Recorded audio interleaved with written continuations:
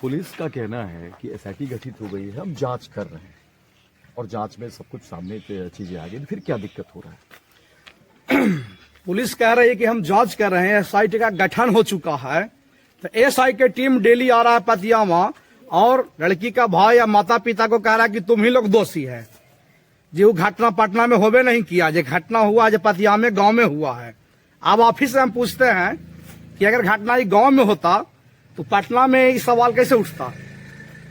आज इतनी दुर्दांत घटना हुआ है और जो शंभू हॉस्टल है उसका जो संचालिका है और प्रशासन, मेडिकल डिपार्टमेंट जहां ट्रीटमेंट किया गया लड़की के साथ, और इसमें बिहार प्रदेश में जो अभी मौजूदा सरकार है, एनडीए का सरकार है, मैं उनसे सीधा सवाल करना चाहता हूं कि आप चुनाव के समय जनता के बीच में आकर वोट लेने के लिए बड़े बड़े वादा करते हैं कि आपका बच्चा के हम सुरक्षा करेंगे, पढ़ावेंगे, लिखावेंगे, और जब घटना दुर्घटना हो जाता है किसी के साथ तो और प्रशासन और मेडिकल डिपार्टमेंट और बिहार सरकार में बहुत सारे मंत्रीगण आज इस मैटर को दबाने में लगे हुए हैं। कहते हैं कि सुशासन। आप क्या चाहते हैं? हमारा सिर्फ यही मांग है, इस चैनल के इस वीडियो के माध्यम से मैं पूरे बिहार प्रदेश के मां बहन बेटियों की ओर से बोल रहा हूं कि जो मौजूदा सरकार है नीतीश कुमार जी और आदरणीय नरेंद्र मोदी जी के, यही मांग करता हूं कि इसको निष्पक्ष रूप से सीबीआई जांच करके और इसको हाई कोर्ट और सुप्रीम कोर्ट के निगरानी में जांच करके जितने भी इसमें शामिल है, संतलत है अपराधी लोग, और अपराध करने से ज्यादा अपराधी माना जाता है जिसको संरक्षण दे रहा है। आज बिहार के जनता एनडीए पर विश्वास करके, आदरणीय नरेंद्र मोदी या नीतीश कुमार के विश्वास करके फिर से बिहार का कमान हाथ में सौंपने का काम किया और बहन बेटी को सुरक्षा देने का वादा किए थे। यही बहन बेटी की सुरक्षा हो रहा है।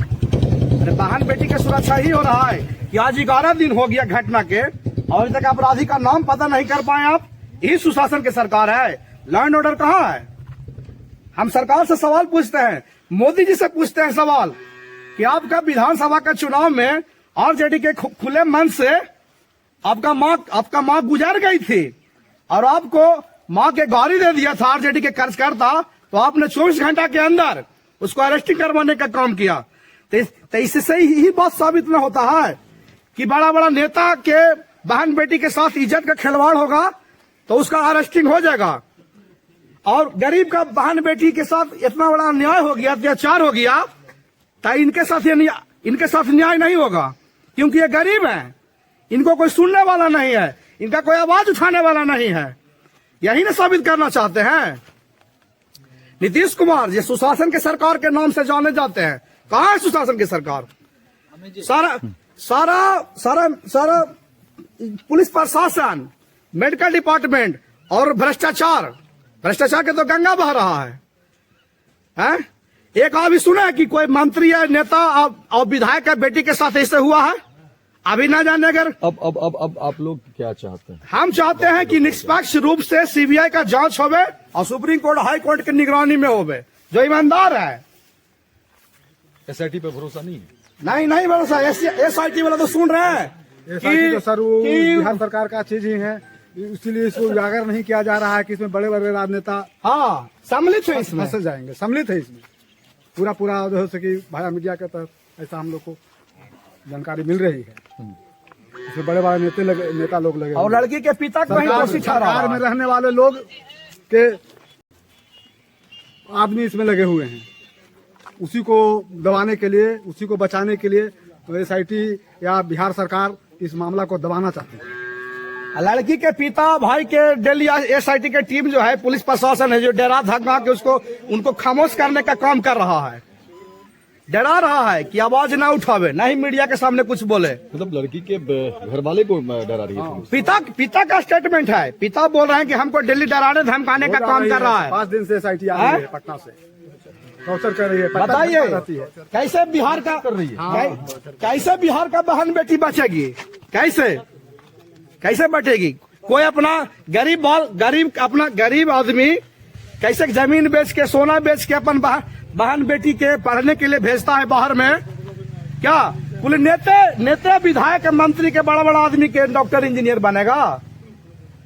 पद नेता है, चुनाव के समय में आता है तो बोलता है कि तुम्हारे लिए मेडिकल कॉलेज खुलवावेंगे, हॉस्पिटल खुलवावेंगे, गरीब का बाल बच्चा पढ़ेगा। और उसका बाल बच्चा, जितना भी नेता विधायक मंत्री है, पता चलेगा कि उसका बाल बच्चा विदेश में पढ़ता है।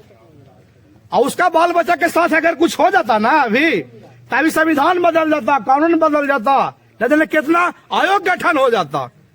इसमें निर्दोष अपराधी भी उठ जाता, जो निर्दोष है उसको भी उठा लेता।